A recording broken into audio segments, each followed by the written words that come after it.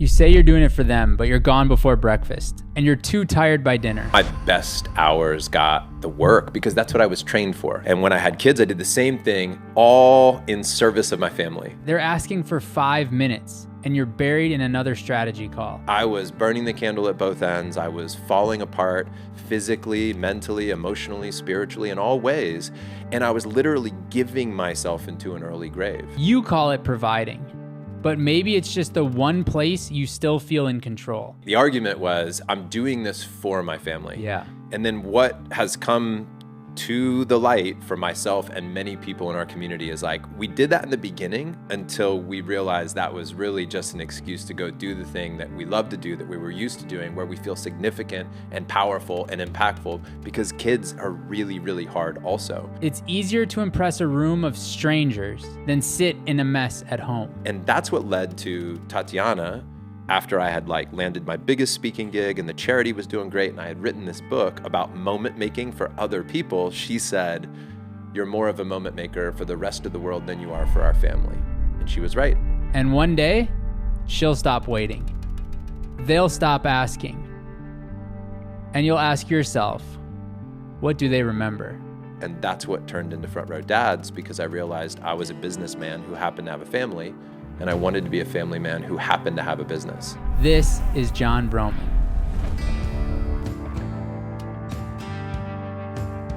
One of the things that I've been wrestling with right now is the drive and the ambition for business and the drive and ambition for husbandry or fatherhood. Yeah. They're very different. Big time. And it's hard to figure out, okay, how do you harness that same drive, that same initiative, and put it into your kids? Yep. But you can't. I haven't been able to show up the same way in a business setting with my family and achieve success. Yeah. So It is extremely challenging. I started talking about this 9 years ago and the conversation's not gotten stale. It's always present. Yeah. It's always, taking multiple priorities and asking what needs love now. Yeah. And how much. Which is what you just did with the speaking event. Yes. And $20,000 and I don't know if I want to be a full body yes. Yeah. That's so cool. That's so cool. I mean, one of the things I struggle with, especially with business and the kids, is the energy, right? Because for some reason somebody created that the work day is first and then the family day is second in our day. Yeah. And so you go to work and you deplete all of your energy. Yeah. And then I heard from Jesse Itzel, you're never too tired for your kids, which I love. Yeah. And I try to show up for, but then, Dad, will you play Barbies? Dad, will you go on the trampoline? I'm like, Dad just wants to sit for 2 minutes, but I don't ever answer that way. But that's where I struggle, is the energy balance, because it's tough. Yeah, I went through a season for sure in the beginning where my best hours got the work, because that's what I was trained for. All through my 20s was that principle of where are your best hours? Let's grind on the highest priority activity.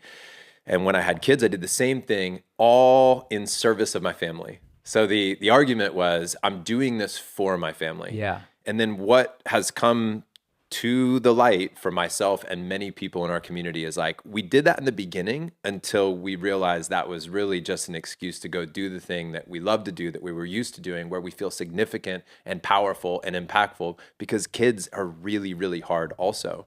So we kind of hide at work. Ryan Dice and I just chatted about this on our podcast. He had the same experience, right? We're kind of hiding at work, but then you change things. And now if you look at my calendar right now on my phone, it'll say 7 to 9 kids and then 9 to 11 mind, body, spirit. Wow. So that is the first part of my day. And business has grown by 20% every year. It seems that we still are able to pull it off. And I'm definitely a better dad now than I've ever been, because it's the first thing in the calendar. Would you say you're happier? Absolutely. Yeah. And not at all. No, for real. That's my real answer. Yeah. Absolutely. And maybe not. Yeah. Because when there's some pieces I look back on when I was younger and I'm like, oh dude, that was the happiest. I was level 10 happy. Yeah. But there's a level 10 happy that comes with that ignorance is bliss asterisks along with it. And I'm much happier now through intentionality. right? Earlier, there's almost this like stepping into the world for the first time. I saw this for the first time, felt this for the first time, did this for the first time. A lot of excitement that comes from that. And now my happiness feels more sustainable. You know, I felt happy when I was having a glass of wine with my friends and, you know, right. And staying out till 4 a.m. Definitely felt happy. I also feel real happy now going to bed at like 9:30, totally sober, waking up in the morning, journaling, meditating, both happy. Yeah. More sustainable happy now and mature happy now.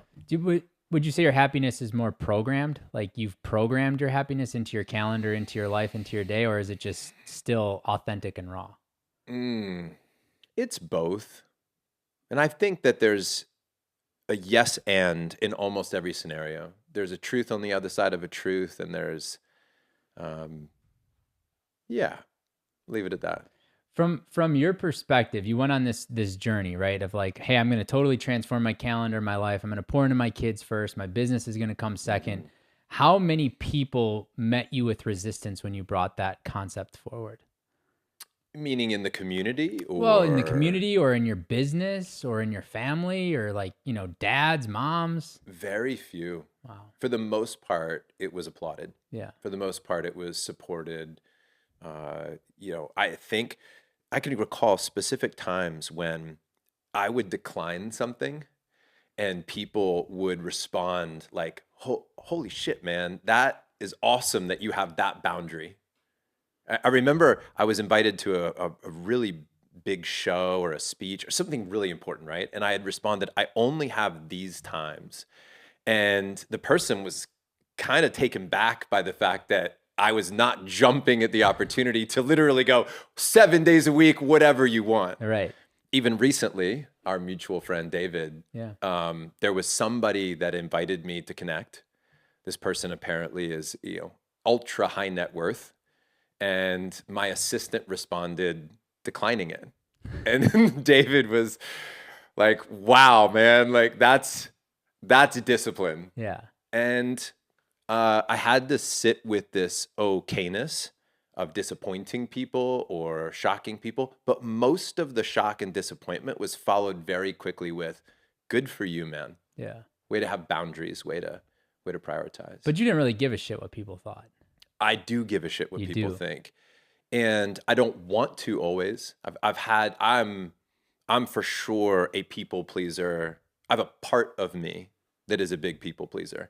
And we could do the whole, like, where did that come from in my childhood and why did I become that way? But I very much wanted people to approve of me, to love me, to think I was great. I wanted everybody to be happy. I don't like disappointing people. And even today, I don't like it when people are mad at me. But I'm willing to stand in that fire now. I'm much more likely to say or do something where somebody will be upset with me, and I'll sit with that. But what happens is I'm still uncomfortable, but I've learned to be in the discomfort in a way that I can like sustain it. What did it take for you to get there? I think in the people-pleasing world, I think I had to feel the pain of what it was like to sell my soul out to please somebody and then feel the pain of that. And I'll give you a great example. It may not be the best example, but it's what comes to mind. So in 2006, I started Front Row Foundation, right? And this charity helps kids and adults who have a life-threatening illness to see the live event of their dreams from the front row. So if somebody Googled that, they would probably still see our website, but it closed down about a year and a half ago. I closed it down intentionally. And here's why. That mission started with a lot. It was pure. It was love. It was significance. I want to make a difference in the world. I want to help people. A lot came from a really good place. A lot of it also came from a place of like, I want people to know I'm a good person. I need people to know I'm a good person. I want my kids to know I'm a good person. I had this vision of like my kids growing up being like, you know, my dad started this charity called Front Row Foundation, and just feeling so much pride in their father because he did good things for people. I also would like work my ass off, not get much sleep. I sacrificed financially. I was a hero in every way I could be to say, look, look at how much I'm not making money and how much I'm giving to charity. Aren't I such a good person? And I would do that in a way to try to heal my own traumas, my own wounds. And so, but what was happening was I was really hurting myself. I was burning the candle at both ends. I was falling apart physically, mentally, emotionally, spiritually, in all ways. And I was literally giving myself into an early grave. And that's what I mean where I was people pleasing, trying to make everybody happy, but I was also experiencing the burn from that. And that's what led to Tatiana, after I had like landed my biggest speaking gig and the charity was doing great and I had written this book about moment making for other people. She said, "You're more of a moment maker for the rest of the world than you are for our family." And she was right. And that's what turned into Front Row Dads, because I realized I was a businessman who happened to have a family, and I wanted to be a family man who happened to have a business. How did you respond when she said that? I don't remember exactly how I responded, but I probably was hurt. Yeah. I probably got defensive. I probably tried to justify my behaviors. I'm a good person. I'm doing this for you, for the kids, for our family, because I'm trying to make a difference in the world. And that was my truth. So I was standing on that. Yeah. But it didn't take long for me to get the message. And deep down inside, I knew she was right. I was kind of hiding in the passion from doing the hard work of leaning in with kids, because there's a lot of insecurity that shows up with being a dad, and what do I do in every given moment. They're high stake decisions, it feels like. Yeah, I had an interesting moment this morning. I was leaving the house and my 4-year-old, or soon to be 4-year-old, says, "Dad, are you going to work?" I'm like, "Yeah, I'm going to work, buddy." He's like, "You're going to work so you can buy us more toys, right?" And I was like trying to rush out of the house. I was running late, my definition of late, nobody else's definition. And I said, "Yeah, that's right, buddy." And I'm like getting in the car and I'm driving. I'm like, man, I totally screwed that up. Like, no, I'm not going to work so I can buy you more toys. Like, but then I'm like spending the day like peeling back the layers of that onion. Like, why do I go to work? And like, what's the true answer to my son when he asked me that question? Yeah. Because it's not to buy more toys. Yeah. That's right. And then you start looking at trauma, and you alluded to this. You start to think about, okay, what traumas do I have? Because that's kind of the thing everybody's talking about right now. And then you go, well, what traumas am I imprinting on my children? For sure. And so how did you go about discovering your traumas and the traumas that you didn't want to imprint on your children? My answer is men's work. Primarily, it was through safe conversations with conscious, committed men, guys who were willing to have the kind of conversation that you don't normally have, like having a beer on your buddy's deck on a weekend. The conversations can be great in those ways. I've had great conversations with friends. But when you create a container, you build a room full of men who are like, we're actually going to go straight to the most difficult questions. And we're going to all agree to skip past the topical bullshit, how's the weather, type of stuff, and get right to the big pieces. Something cool can emerge from that. And I think there's lots of ways that you can get there in the group settings or in the one-to-one conversations, countless ways, and we could talk about all of them. But that's where it happens when two men are like, let's find out. Again, somebody who's very close to me recently came to me and said that he had an interest in men's work in a small group setting so that he could find out what's really in there. And this is a person who has lots of friends, lots of connections, lots of opportunity to do the work. But there was still this quest of like, if I had a small group of people, like a handful of people that I fully trusted, and that's a big part, because what I hear a lot from very successful men who have lots of friends, lots of male friends, even significance and influence in the world, is they're like, I don't know that I fully trust men. Like, they still might be after my business. They still might be talking shit behind my back. Maybe they might be after my wife. They might be after whatever. There's this something within them where like, I don't know if I can fully trust this man. But when we find it, that's when we start to uncover the deepest work. It's that plus many other ways, but that's the way I have found it. And then once you identify it and you see it, how do you go about fixing it? Because it's one thing to recognize it, it's one thing to acknowledge it, but then it's a whole nother thing to go, okay, now let's go do the work on it. Well, the first way for me and I only speak from my experience, is that when I see it, sometimes there's actually a bit of mourning or grief around it.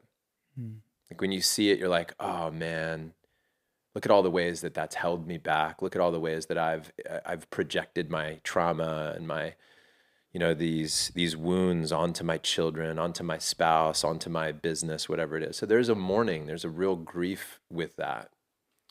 And from there, I think it's creating new habits.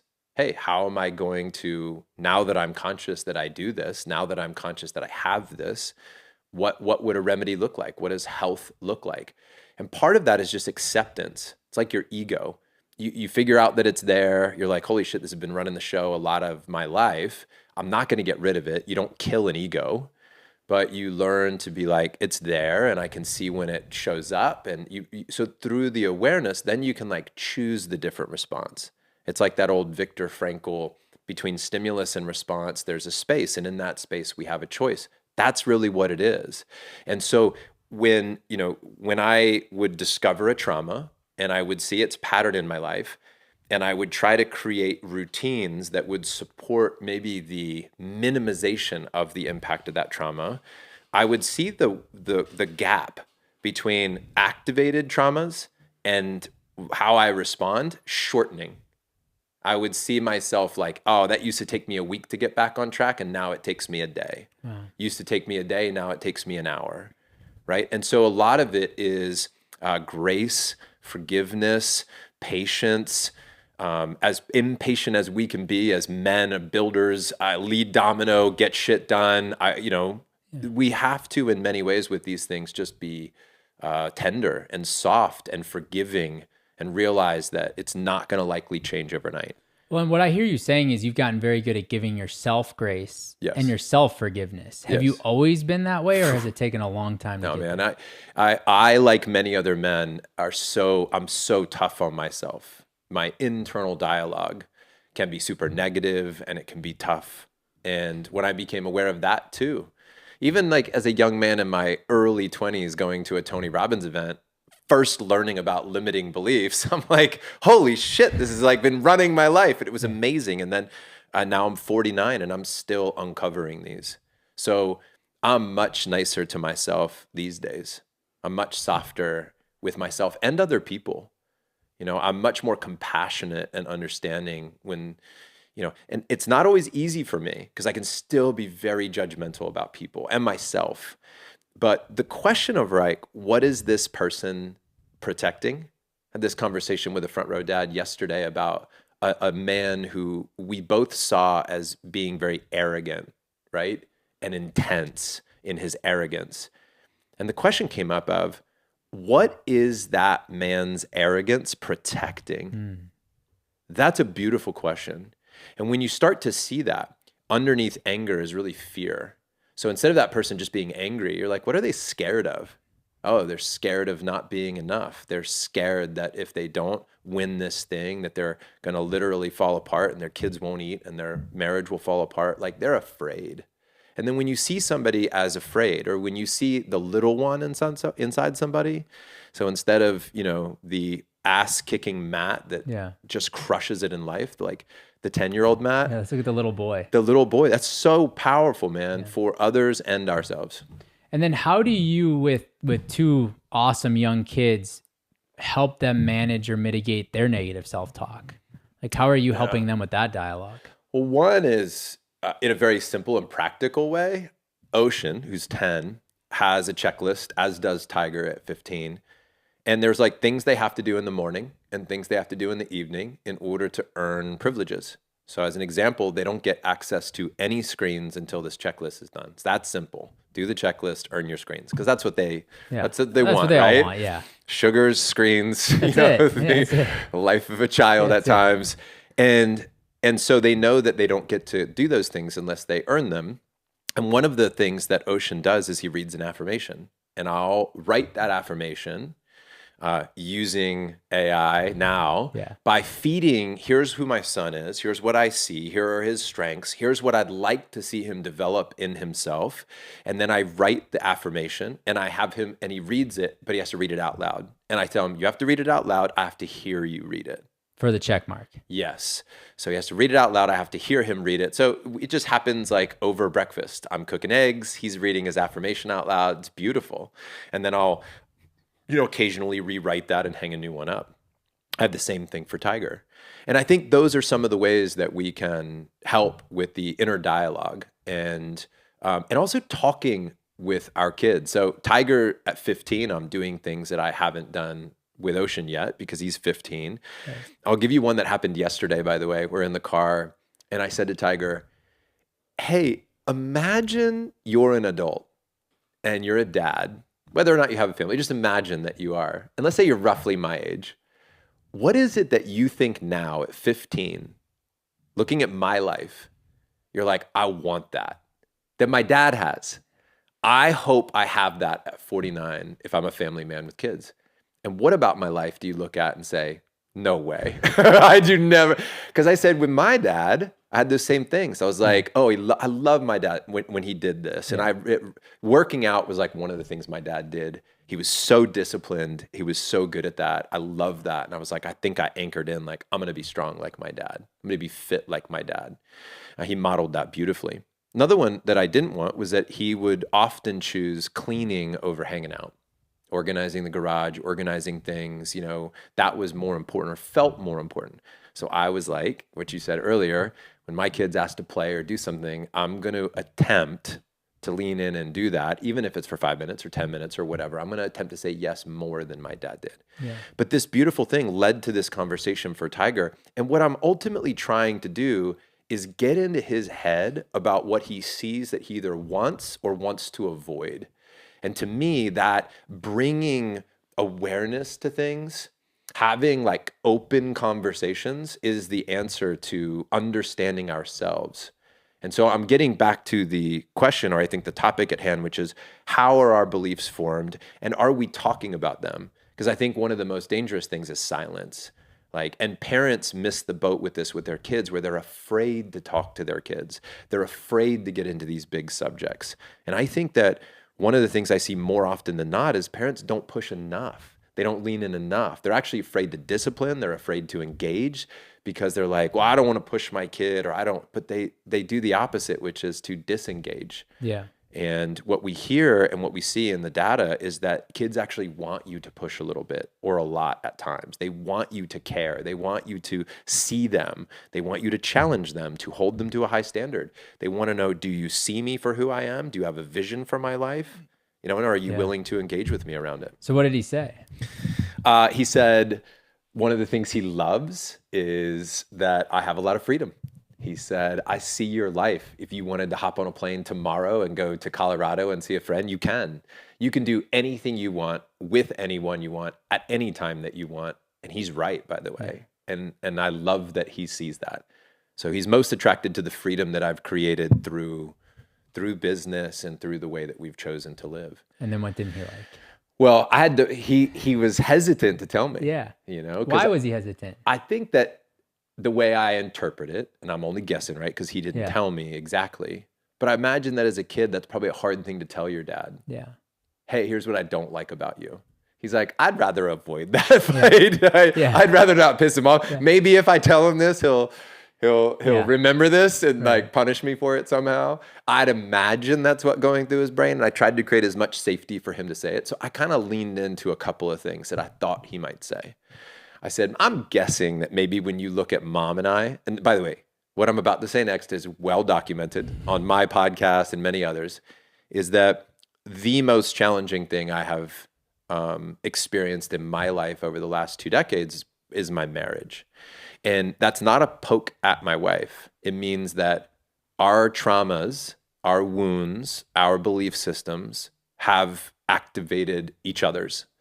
And so because we are forward, outspoken, pretty vibrant people, we are not two, introverts like passing in the hallway quietly. We're pretty fiery people. And as a result of that, that creates a fiery situation that he's seen. So what I said was, I'm betting that you're looking at my, mom and I saying, I don't know if I would want to replicate what looks like a very intense relationship. And he kind of laughed. And I said, so maybe it's that. But I also don't want to gaslight my son. Right. I don't want to gaslight my kids. I would like to say things that I believe are true. And I think a lot of parents do gaslight their kids. Hey, how are you? I'm fine. And they know you're not. And so what you're telling them is don't trust your compass. Don't trust your internal guidance system. Your body actually told you that dad wasn't okay, mom wasn't okay, or the two of them weren't okay together. And then the parent, because they don't want to involve the kid in the problem, goes, we're great, everything's fine. And you're basically saying, don't trust yourself. Yeah. You read the room right, but don't trust yourself. But don't you think as men, we have the tendency to do that in every circle of our life, like not just with our kids? For sure. Even our spouse. Yeah. And there's and the beautiful part of that, Matt, is that I think that comes from a protection piece. You're like, I'm protecting you from this reality. I'm protecting you from the truth. I'm protecting you. So I'm just going to like stiffen up my spine, beat you, right? And drive my way through this and not have to involve you in it.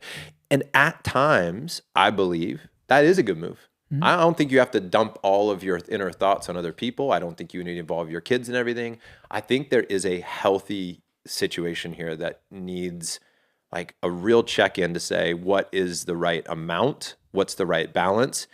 And I think if you trust that and you equally give both sides of like, handle it on my own or share it.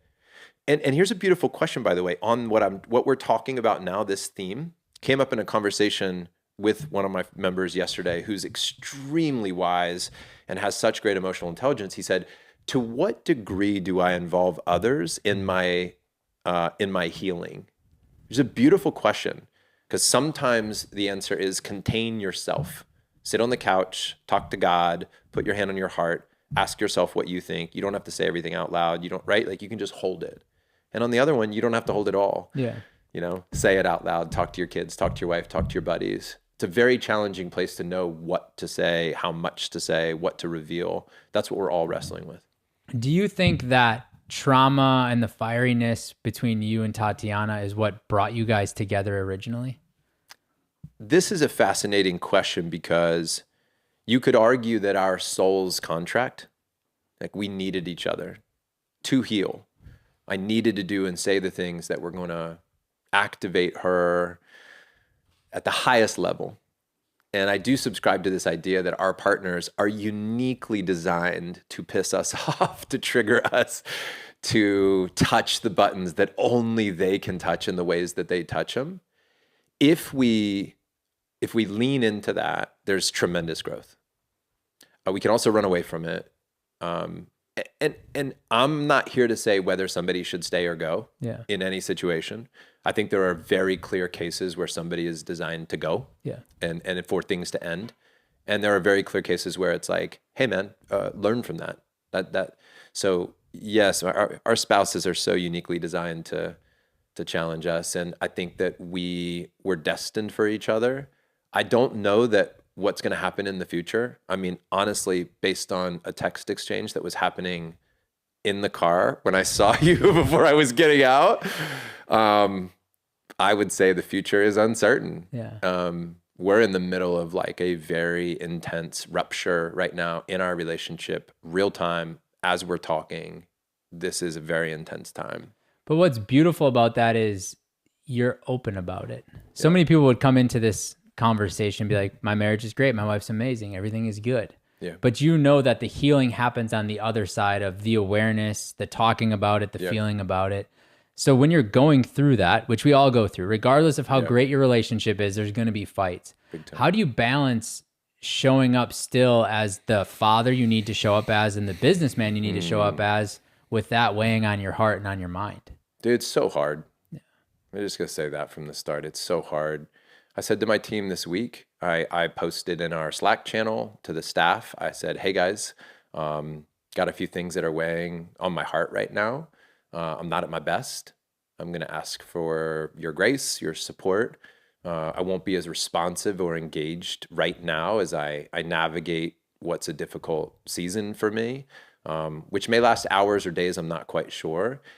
Just know that I'm giving myself, my family, and you all the best I can. So if it's just not up to my normal standard, you know why. And that's it. I just left it at that. And our team responded and has always responded beautifully to that type of honesty. Well, but you never apologized for it. Yeah. You didn't apologize for not showing up. You just said, this is what I'm going through. Let me tell you what's going on. Because you don't need to apologize for what you're going through. Exactly. But we often, as people, feel this desire, probably from the people-pleasing thing, to say, hey, I'm so sorry, I'm not as responsive. I'm going through something right now. Yeah. Yeah. The apologizing piece of all this is very interesting. Yeah. And we could spend a lot of time talking about that. This, I'm sorry. And also just sitting with the okayness around things not being great and asking for what you need from people. I think that's the other piece. I do it with my kids. I actually sent a message, to my son today, and I was like, hey, things are a little tense. I just want you to know so you don't take it personally. Because what will happen is I'm in it with Tatiana. We're disagreeing. I've got big energy. And then Tiger walks in the room and he's like, can we go driving? And I'm like, no driving today, And it's like, he's kind of like, what did I do? Yeah. And I, at times, don't even have it in me to tell him that it's not his fault. I'm just stewing in my own emotion. And other times when I am more a conscious father, I will pull him aside. I'll put my hand on his chest and his heart, and I'm like, hey, buddy, I just want you to know, Mom and I are a little bit of a rupture right now. We're working through it. It's not you. So if I'm short with you, if she's short with you, if you feel the tension, just know that this is not about you. You might get like the collateral damage, effect of it. Yeah, the shockwaves. But please know you're a great human. I love you. How does he respond? Tiger is so emotionally intelligent. Yeah. It's incredible. I could talk about him and how wise he is in spirit and his heart. And man, he's awesome. And then what about the 10-year-old? Because that's a different conversation. He's not quite probably ready for some of those. Yeah, I attempt to be I think it's honesty, age appropriate. Yeah. And only a dad or a mom would know what's the right thing to say in any given moment, because your child, if you trust. You'll mess up, by the way. You'll probably be like, too much, not enough, whatever. But Ocean, I'm honest with also, but different honest. Yeah, because he's 10. That's it, man. You've got to. There is a beautiful truth to me about like maintaining some level of innocence, but also not putting your head in the sand and recognizing that this is a human who actually might get more than you think that they're getting, and so there is like speaking up to the child. Do you remember when? It was a Go Abundance event. I'm not sure if you were there, but I was being interviewed and somebody asked me about, there was a story of Tiger climbing the rock wall. Yeah. Do you remember this? I do. Somebody literally just brought this up to me recently from that event.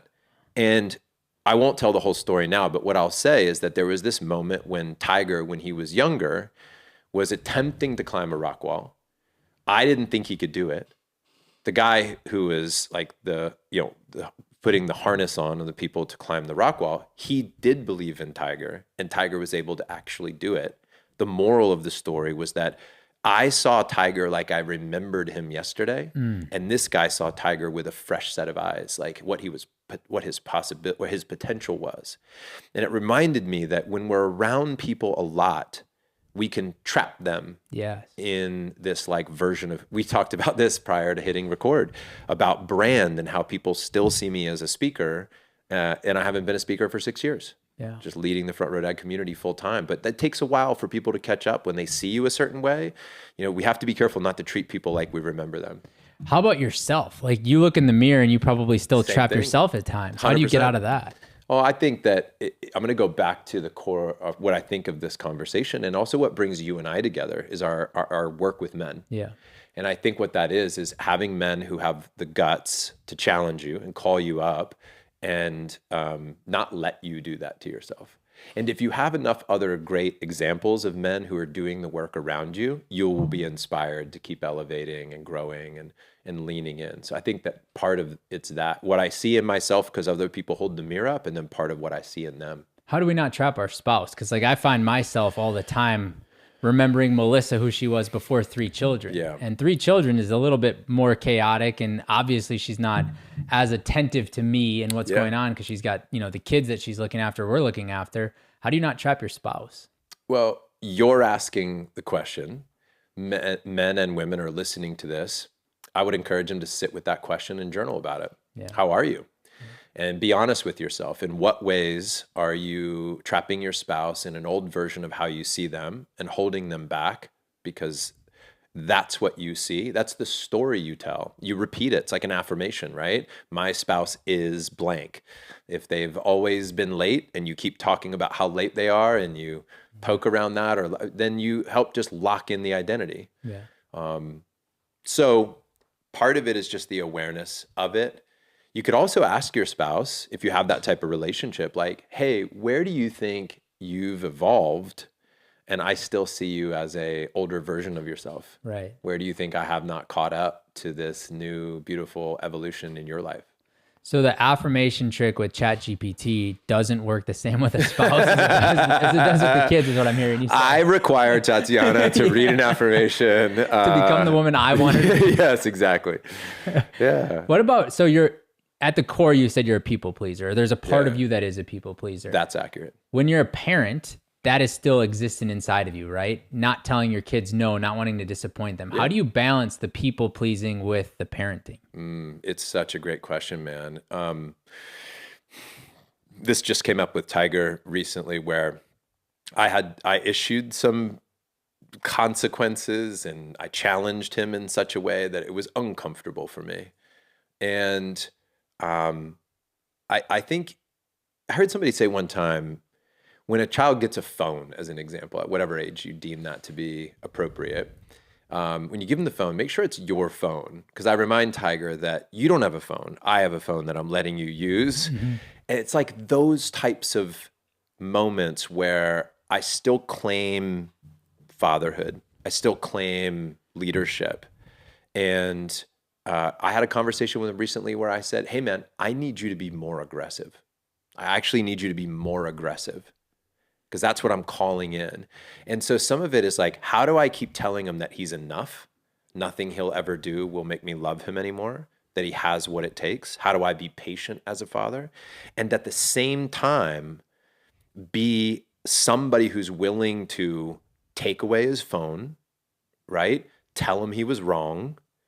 Tell him I need him to be more aggressive. It's very challenging with those two things, because you can swing the pendulum very quickly to be a overbearing, right, father who won't let his kid get in a word in edgewise, and you need to be excellent in order to win approval in this house, to a father that's like, let them be who they're going to be. I'm not going to interfere, right? It's their life. Yeah. Natural consequences. Let it all unfold the way it's supposed to unfold. I think, like everything, there is a middle way. It's not my way or the highway, and it's not you can drive anywhere you want to go. It's like, let's co-create this, and we have conversations. And that's what I think for me is true.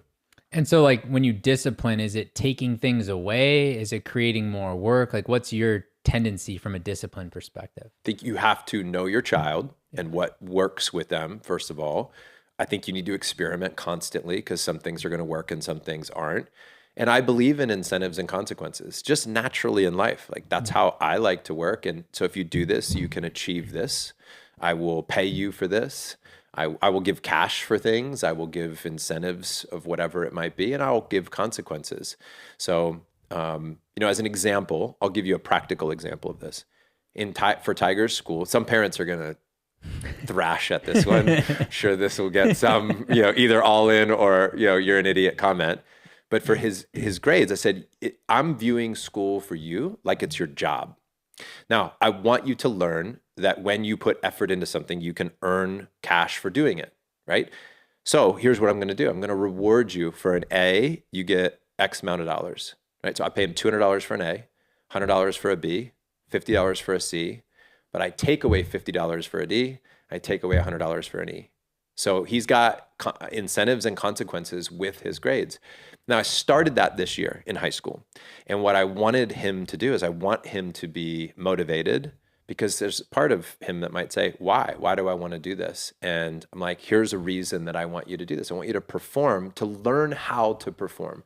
Not because I need you to memorize these things. I want you to learn how to learn. I want you to learn how to win at something. That's the skill I want you to learn. How do I win at that? So by the way, even if your teacher's terrible and you hate the class or whatever, could you figure out ways to excel in that class regardless? Could you use ChatGPT to interview you or learn the subject? Can you find other resources, tools? Can you learn how to get something faster, easier in your life? Great with that. I want you to learn how to be effective.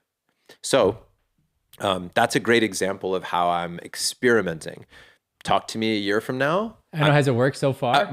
Right now it's working great, yeah. Right? It's working great because it's also giving us something to talk about. I'm like, oh, dude, you're 1 point away from another $50. And he's like, I know. And it's cool, right? It's really cool. And I'm like, dude, you got a D. You're going to lose some cash, man. You don't lose this money. Like, what kind of car did you want? We're going halvesies on the car. Let's get that car, man. So it's treating him like I would want to be treated. I want people setting goals with me. I want people talking about incentives. I mean, we know in business, hire great people, incentivize them, get out of the way. Yeah. Why does it need to not start earlier with our kids? What does legacy mean to you?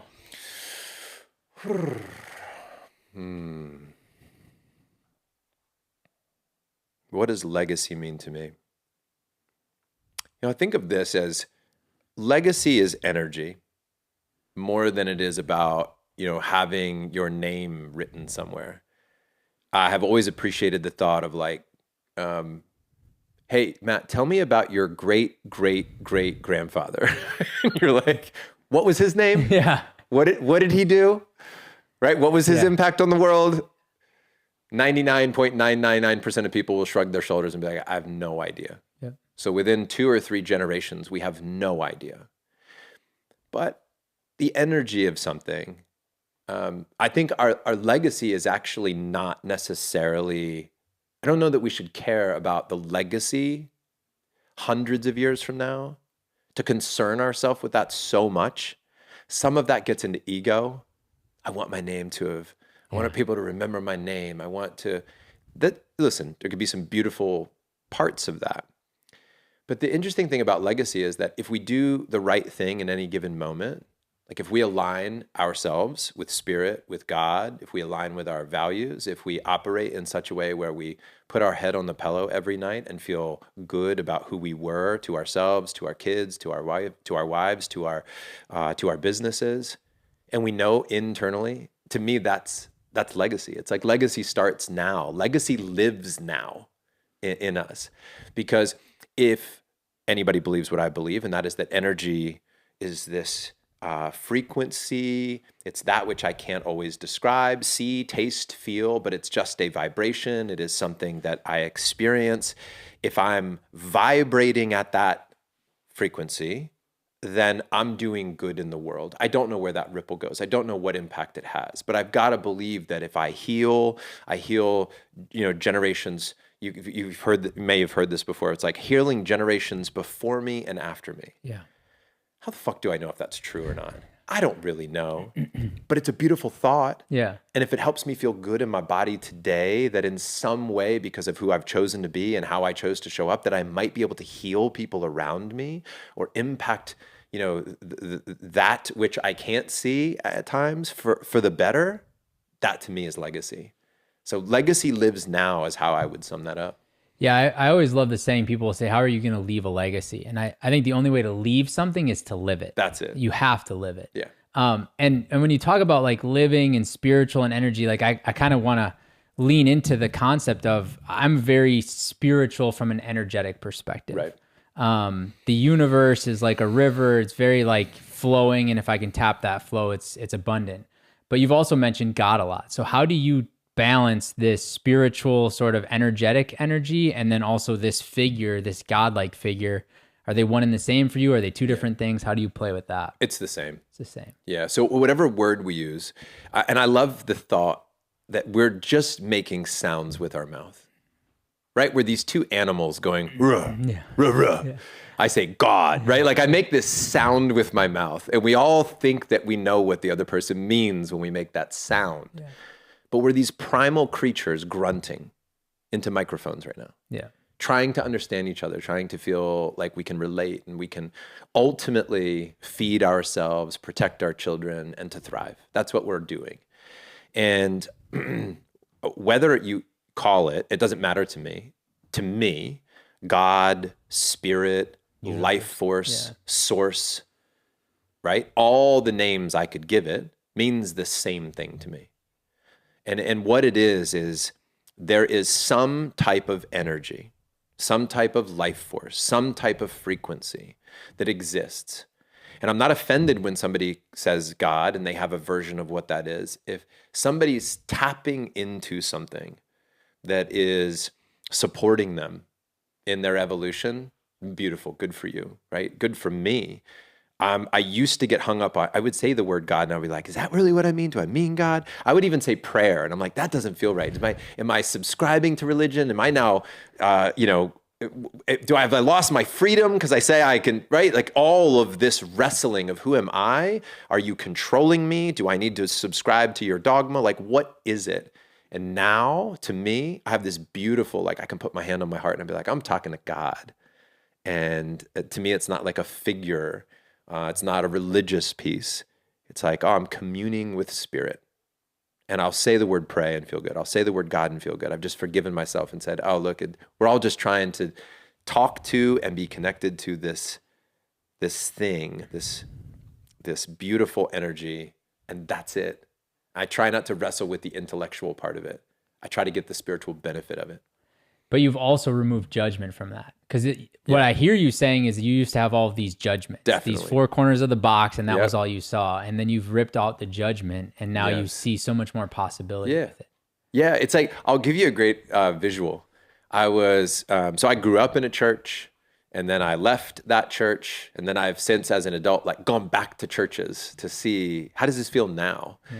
And I was in church not so long ago, months ago, and I saw somebody standing there singing, and their hands were up in the air, and they were just like praising and worshiping, but all they were doing was standing there in bliss with their hands in the air and feeling good. So take away all the judgment about like, right, why they're there, what they're worshiping. Who cares? They feel amazing. Mm-hmm. And then I'm imagining this EDM show that I'm at, right? And the DJ and people standing with their hands in the air with the same smile on their face. And what I realized was that wherever we go, whatever environment we're in, if we are feeling alive, if we are feeling inspired, right, in spirit, then that's a beautiful thing. So I don't judge. I think that I have amazing friends that are Orthodox Jews. I have amazing friends that are Christian. I have amazing friends that, practice no religion. And at the end of the day, I want somebody to feel connected to what I call spirit. So yes, I've removed the judgment. I think there's very unhealthy pieces of Christianity. I think there's very unhealthy pieces of Orthodox Jews or Judaism. And then I think that there's very unhealthy elements of somebody who has no religion. I can see pros and cons for all of it. Yeah. And you see the pros, you see the cons, but you just continue to choose what resonates with you. Yeah. Without judgment, with just pure curiosity. Like, I'm going to go check out a church this week and see what it looks like. And oh, wow, that's beautiful. Look at how she's showing up. Not why is she here? Not what is she doing here? What is she looking to get out of? Just like, look at her. Like, that's amazing. That's beautiful. I want to subscribe to the things, Matt, also that when a leader, right, says, trust yourself. Yeah. Look within. I lean towards that. So if I am in church and somebody would say, if the pastor would say, or would, and I've heard this, it's this version of like, don't trust yourself. Yeah. Only trust the Bible. Yeah. Only trust what the Word of God, right? That I run the other way. Yeah. I think that's dangerous. Yeah. In cults, right, or communities where it is unhealthy, they're like, don't trust yourself, trust me as the leader. Yeah. So in Front Row Dads, our motto is, look, we invite you to do things, consider things, think about things. But at the end of the day, you're a grown-ass man and you should do whatever the fuck you want because that's the only healthy outcome. Have these conversations, hear all these other models of how to do parenting, how to do marriage, how to do business, but you decide. Only you know what's healthy for you. And that's the only one that I want to subscribe to is trust yourself. Do you still find moments where you don't trust yourself or you don't trust your intuition or you fight it? Or are you pretty good at leaning all in all the time? Much more lately. I'm great at just pausing, putting my hand on my heart. And then, yeah, we need to go left. Yeah, we need to say yes to that. I'm a no to that. I'm very good at that now. And I will at times go, ooh, I have a very strong voice saying yes. I have a very strong voice saying no. And then I laugh and I go, oh, in this case, we can just flip a coin. Yeah. Like we can let fate decide because there are times in life, I believe that there are equal parts good as bad. I can see 5 reasons for yes. I see 5 reasons for no. Life is not very simple that way. You know, there are pros and cons. And if it gets too muddy, let fate decide. Yeah. Then just surrender. It doesn't matter. Lean into one, right? Yeah. Flip a coin, ask a child, right? Spin around, point your finger. It doesn't matter. But then just travel that path and then, you know, and then you'll decide what to do from there. Yeah. So much easier for me to make decisions now. And this idea of checking with my body, I think what I've seen with men is as they get older, I've experienced this, I've seen other men experience it. They value their body wisdom more the older they get. Very early on, it's in their head. Does it make sense on paper? Can I draw that out on a graph? Does it make sense intellectually? As they get older and they get more attuned to their body, they're like, oh, my stomach feels a certain way. My shoulders feel a certain way. Like they're actually more embodied in their decisions. And to me, that's what a full body yes means. My brain is involved. My heart is involved. My gut is involved. I have all these brilliant cells in my body that are reacting to this and telling me. We can call that intuition. We can call that gut instinct, whatever it is. But that is to be trusted to some degree, right? I'm not saying all the time, 100%, but definitely to be trusted.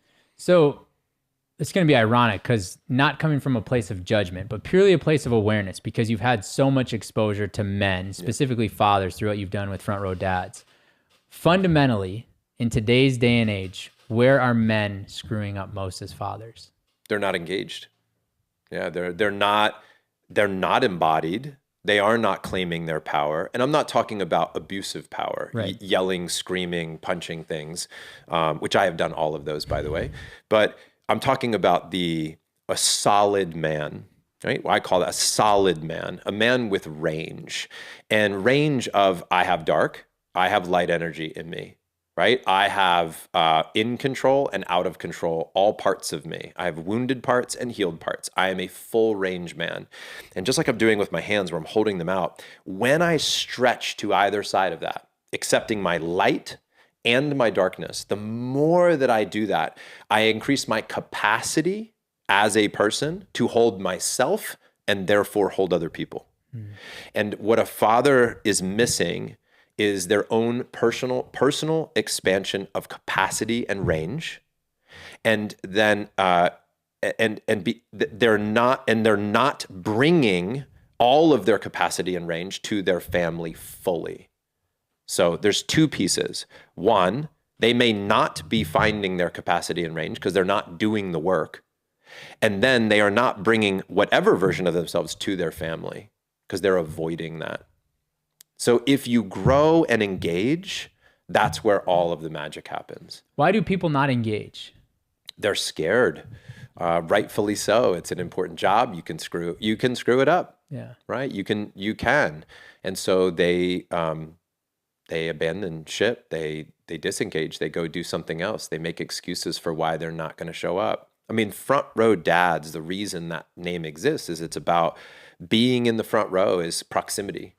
And, you know, Tony Robbins always said that, like, proximity is power. And if you get close to your kids, get close to your wife, again, that's where mistakes will happen, but at least you're in it and you can learn and you can, right, be present. So a present father, an engaged father, and a father who is looking in the mirror, doing the work, that's the best dad.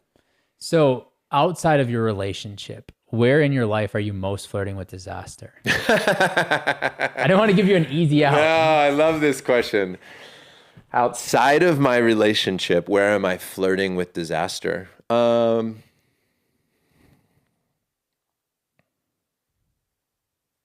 Two areas.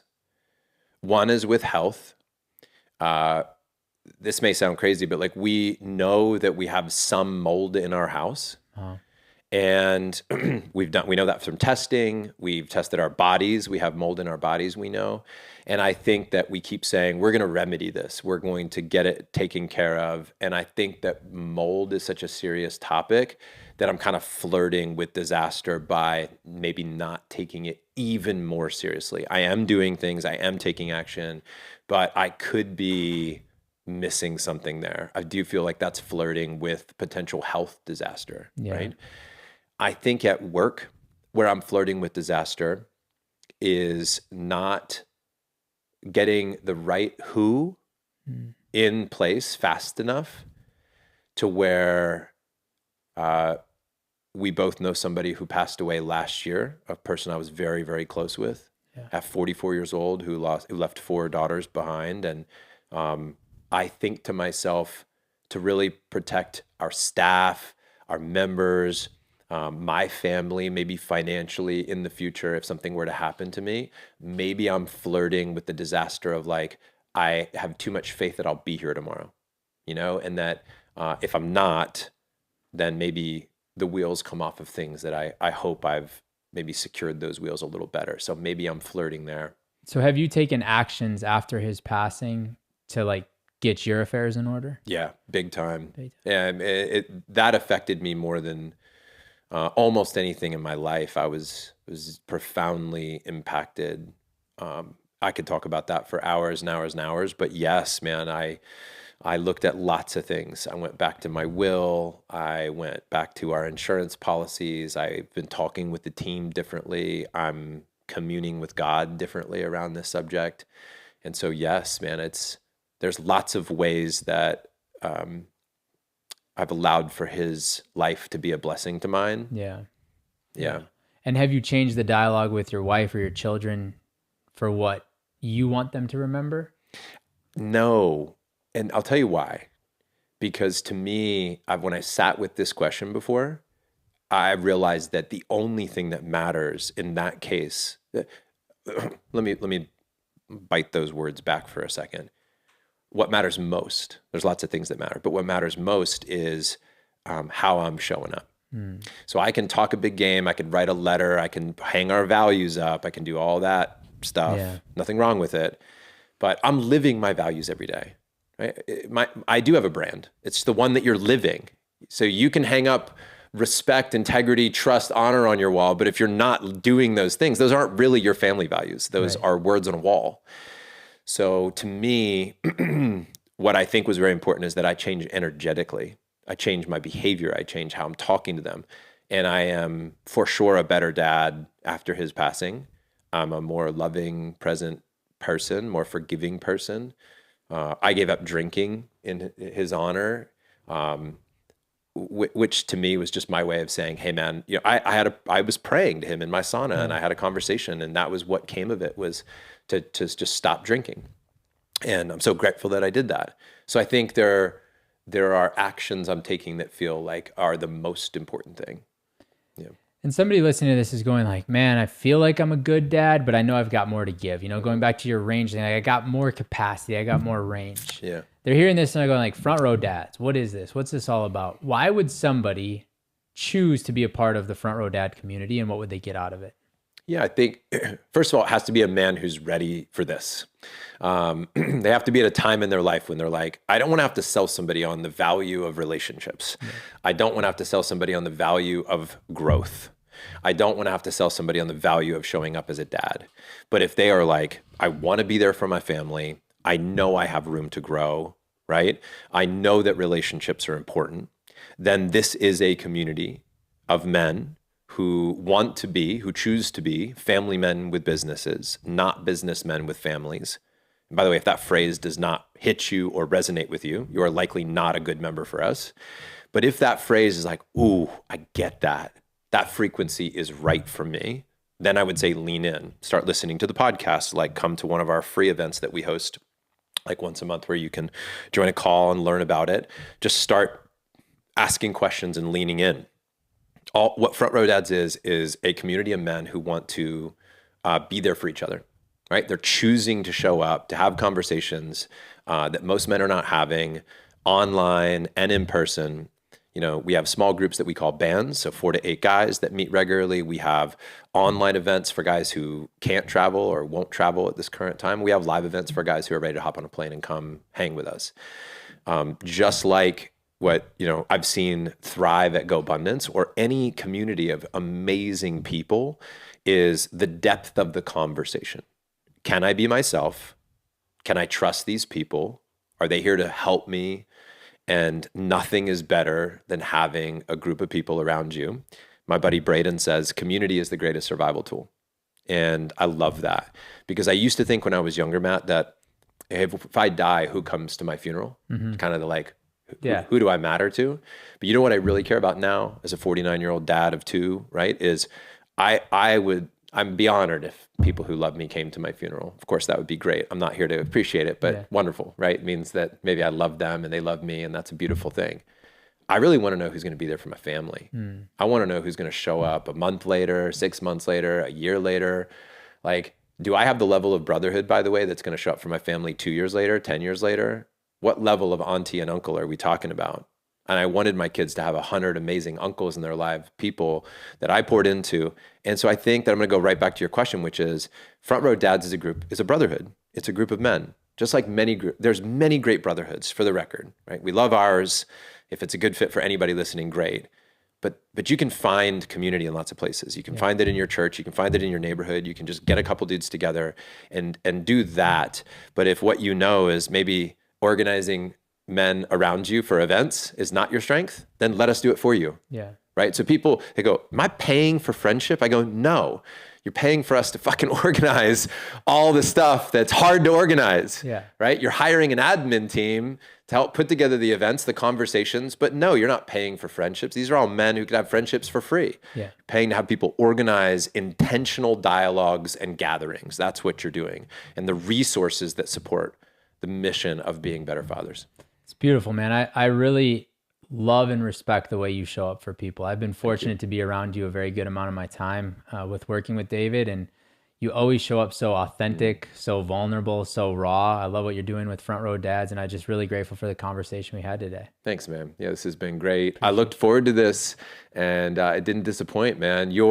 I want to acknowledge you for a moment too, that fully present, definitely like deep listening, and asking great questions. Yeah. This is what I live for. Yeah. And as a young man, I lived to impress women. You know? Yeah. I wanted to impress women and make money, and that was such a driving force. Who was I going to date next? Yeah. What does she think of me? That was such a big part of my early life.